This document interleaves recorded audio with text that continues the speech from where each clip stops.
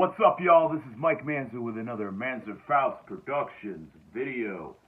And yesterday, I took advantage of Vinegar Syndrome's, the archive, Vinegar Syndrome as well. Their halfway to Black Friday sale. Probably the big event leading up to the summer for me every year. I'm a subscriber. If you've been following this channel, you know that. And the past week, you've seen me make a lot of recommendations of stuff I have in my collection that you should pick up this weekend if you're at Archive or if you're on the Vinegar Syndrome website. So, I went a bit nuts on Friday, and I ended up getting around like 23, 24 titles.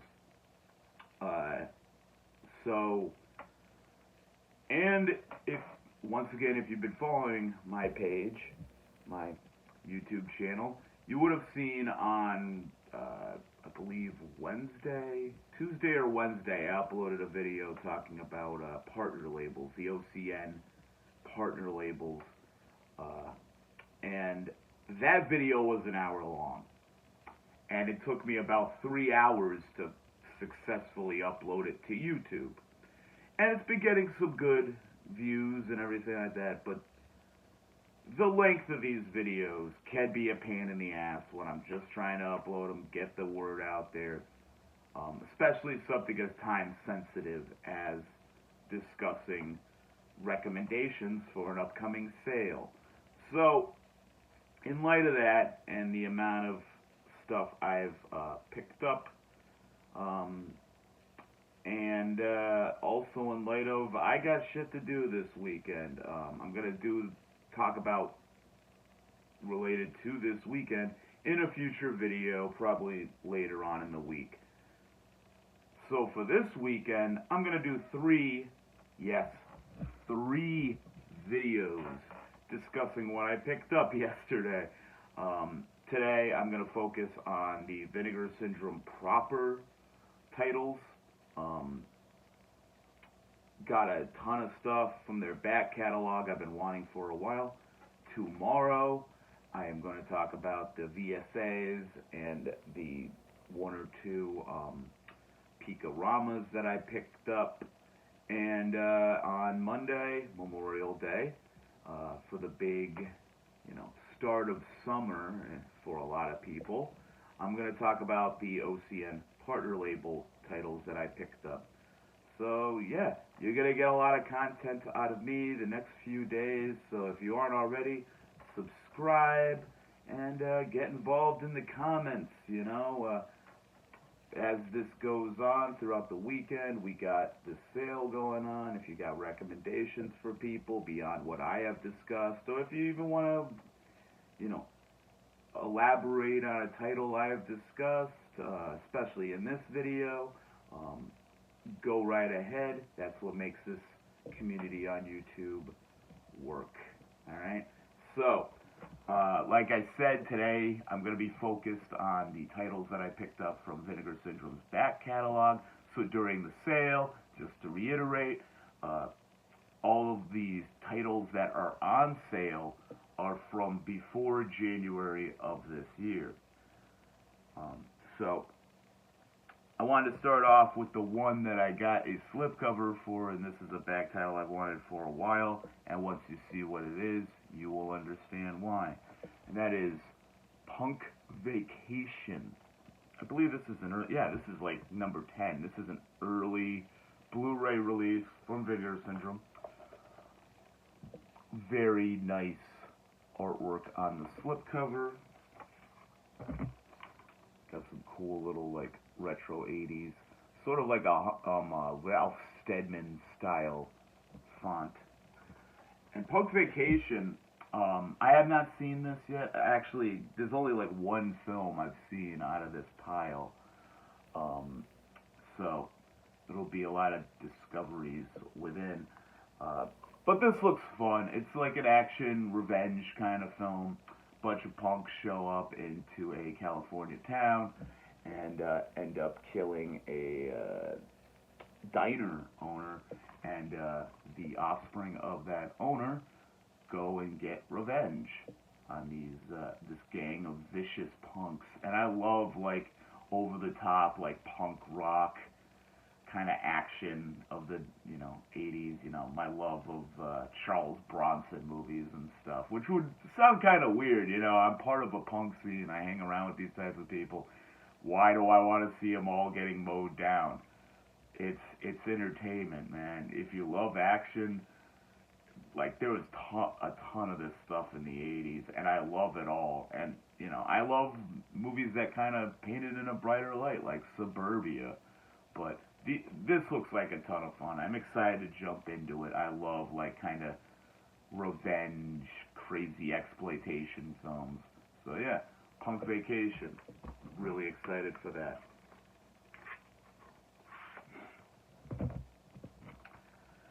Next up, we got a kind of bikers versus school kids, I guess, or college. I don't know. Probably high school. But Trip with the Teacher. And this is one I've always heard about.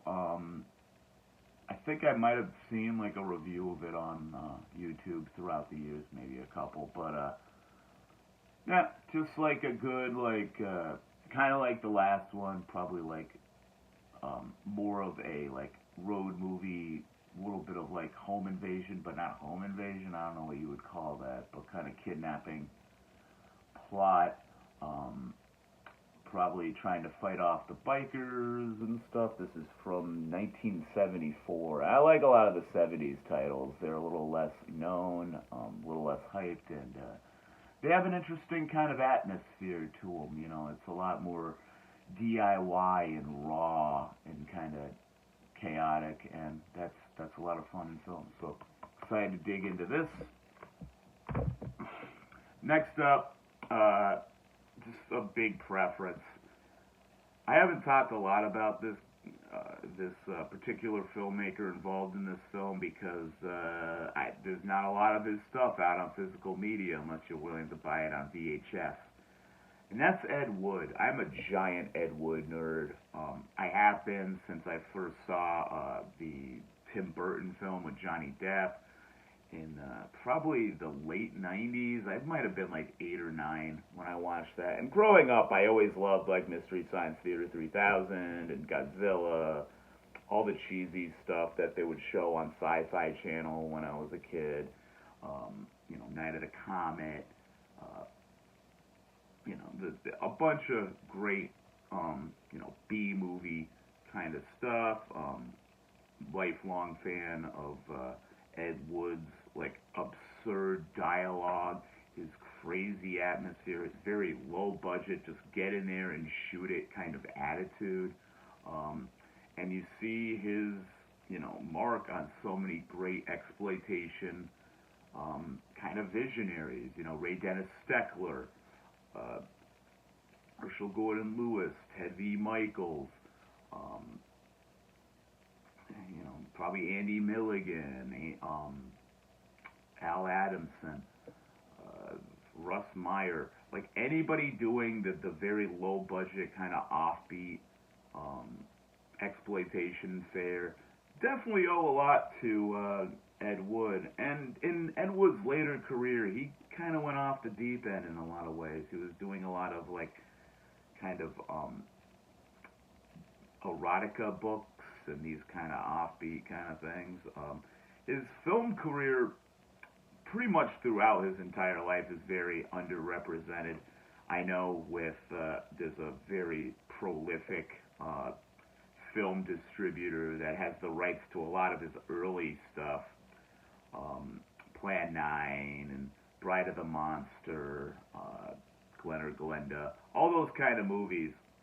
And I know that it's probably a lot of difficulty getting those titles. You do have The Violent Years and Take It Out in Trade, which have been released by AGFA, really good editions there. But as far as the well-known titles, the stuff that pretty much everyone is familiar with from the Tim Burton film, or even all the various documentaries that have been made on Plan 9, there's not a lot out there from him, and his later career is kind of a little rocky. And I've seen this one very long time ago. Like I said, I've been a fan of Ed Wood for a long time, so in my researches into the depths of his career, this one has definitely come up. And I believe this is probably towards, it's not like the end of his career, because I think he was alive quite a while after this came out, but, like, this is definitely where, like, he was going very much off the rails, and just as an interesting kind of, like, piece of history, especially his history, I had to pick up Orgy of the Dead. Fun little title, isn't it? And this is what they called in the end of the Tim Burton film his monster nudie flicks, and this definitely falls into the early 60s. This is from 65. This falls into that, like, kind of weird trope of the nudist camp films and the nudie cuties being made by Herschel and Russ Meyer. There's a couple over in England, I believe. And these are very popular films. I personally think they're some of the dumbest fucking movies I've ever seen in my life. Just, like, need I say more? They're like an even dumber version of those beach party movies that were so prolific back in the day. So this was written by Ed Wood. It's not directed by him. It's directed by A.C. Stevens, who I'm not familiar with. He did another film on the Vinegar Syndrome label back in the day called Fugitive Girls. Have not seen it. And we have camera assistance from Ted V. Michaels, who also did The Doll Squad, The Corpse Grinders, Astro Zombies, ton of stuff. Not a big fan of Ted V. Michaels. I mean, I've said it before, one of my least favorite Vinegar Syndrome titles is The Corpse Grinders. I just hated that movie. I do not like The Corpse Grinders. Great ad campaign. The promotional poster is amazing. The movie is a dud. And, I might get some hate for saying that, but whatever. We also get Criswell from Plan 9, the over-the-top kind of, like, psychic trope that he was doing throughout his career. Interesting film. Interesting little time capsule. What I really am excited about digging into is there is a commentary track with Ed Wood's biographer, Rudolph Gray, and one of my favorite people on the planet, Frank Hedenlotter, famous for Basket Case, Brain Damage, Frankenhooker, bunch of classics, and he's been a very big part of getting a lot of these films through places like Something Weird back in the day, and he might have even worked with Blue Underground, and he is a champion of weird, bizarre exploitation cinema. So I can't wait to dig into that commentary and hear all the great stories behind this kind of a mess of a film, but it's definitely entertaining as a timepiece. So yeah, Orgy of the Dead. Next up, kind of a neo-noir vibe to this one. I kind of am intrigued. It's got some dream kind of aspects to it. And it's directed by Nico Maskorakis. I can never pronounce his name. I believe he's Greek. But he made a ton of crazy-ass films. One of my favorites being the utterly unhinged Island of Death, which is famous for making it onto the Video Nasties. And it's a fucking out there movie. It's insane. If you have not seen Island of Death, there's an Arrow release of it. Like, just read a description of it before you watch it, because it is insane. But he's made a couple of other things. I have not seen Blind Date, which is another film he's kind of known for. But wanted to pick this up. I love neo-noir and dream logic and all that other kind of stuff. And that is In the Cold of the Night. And I love this art. I wish I would have gotten a slip, but, you know, it's what it is. In the Cold of the Night, and I've known about this title for a while. Never picked it up. Looks real good. Vinegar Syndrome always does an excellent job restoring these films. I've talked about it in the past with films like Blood Harvest, plenty of other films that like would not get the kind of attention and praise that they do without some of these great restorations. So I'm interested in digging into this. Like I said, it's a very film noir kind of aesthetic, neo-noir as they call it. I love a lot of those films. Thief and Cutter's Way, a lot of that kind of stuff. So I'm interested in digging into this. Looks like a good time. Don't know much about it, but I'm excited. It says De Palma-esque. That's cool. I'm down with De Palma all fucking day. So up next, Grave Robbers. And this is a title that's always been on my radar since I've been buying from Vinegar Syndrome. It's a little bit later than I remember. I might have already been buying their stuff when this came out, but it was definitely early on in me getting a lot of these. And this always looked kind of cool. It's about a undertaker.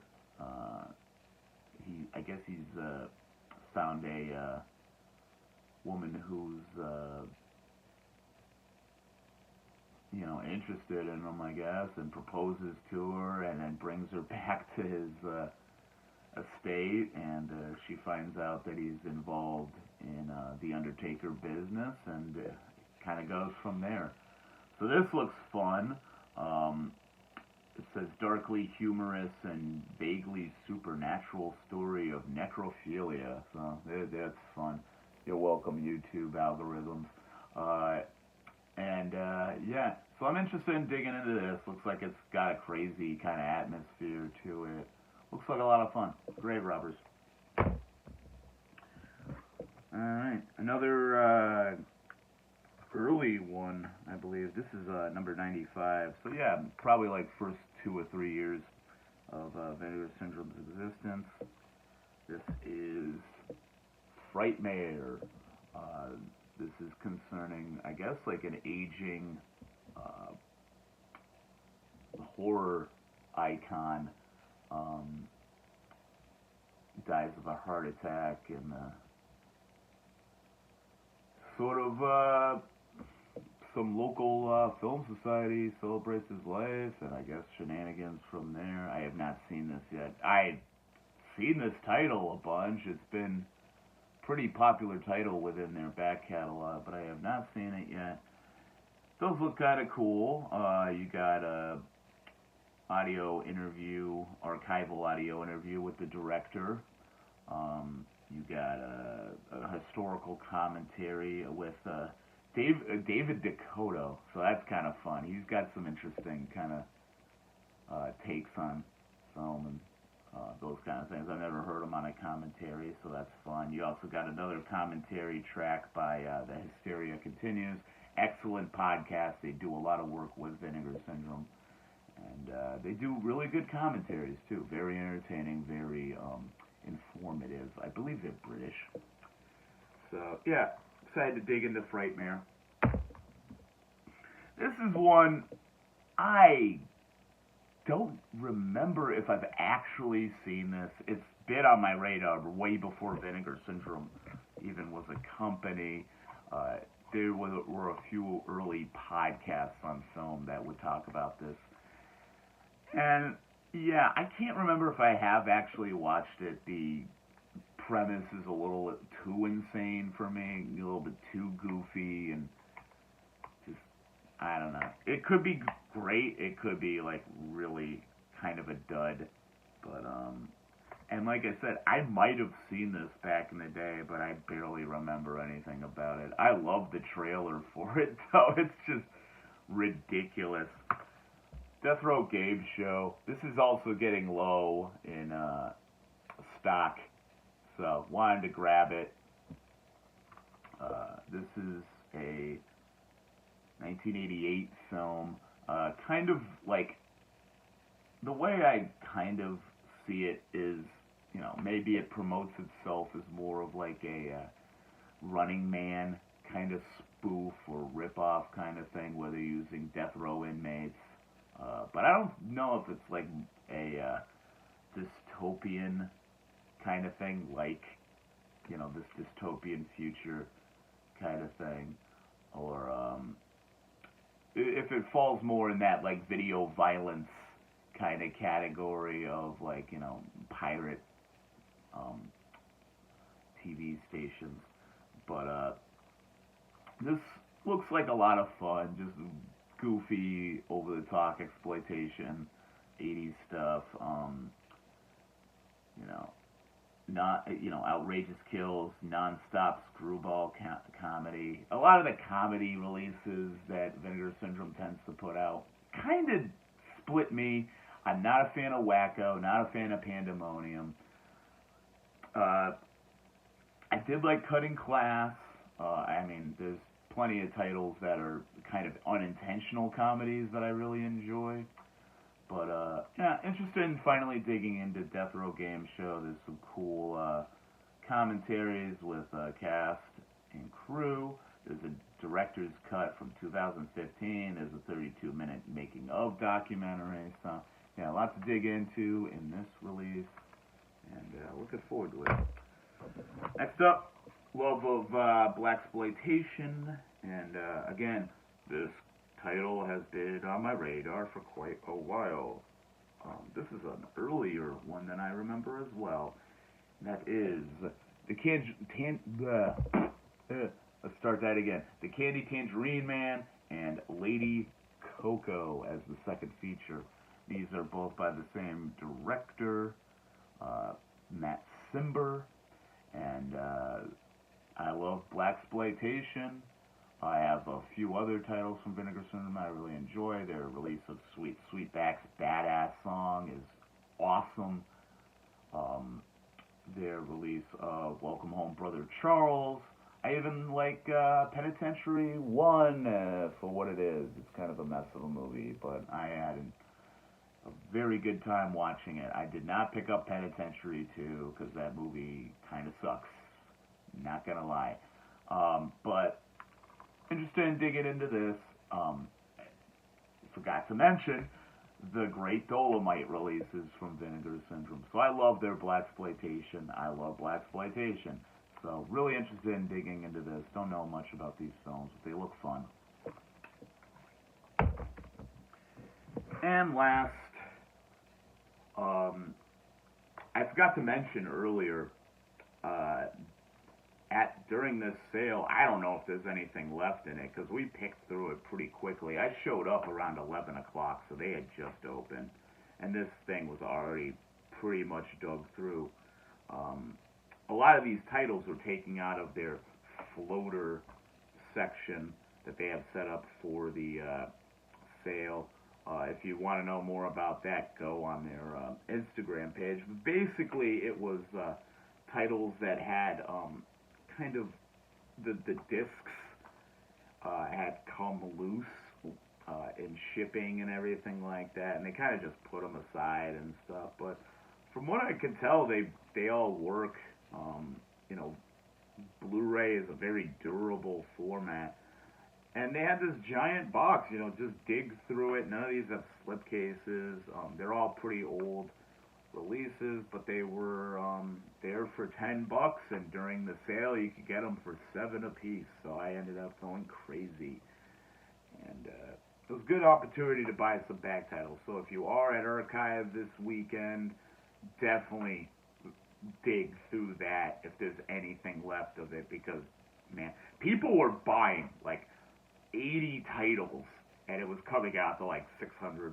But like, man, you definitely save a shit ton of money if you're trying to buy their back catalog. So, I grabbed a lot of these out of there. There was some I didn't grab, which, whatever. I can only watch so much in this lifetime, you know what I mean? So, there'll be other opportunities. I'm there all the time. So, I had to pick up an adult title. Trying to get a lot more of these lately. The 70s porn industry is something that really interests me. You know, growing up loving stuff like Boogie Nights and Wonderland. You know, the backstory of how they made Deathrow and all those porno chic kind of films.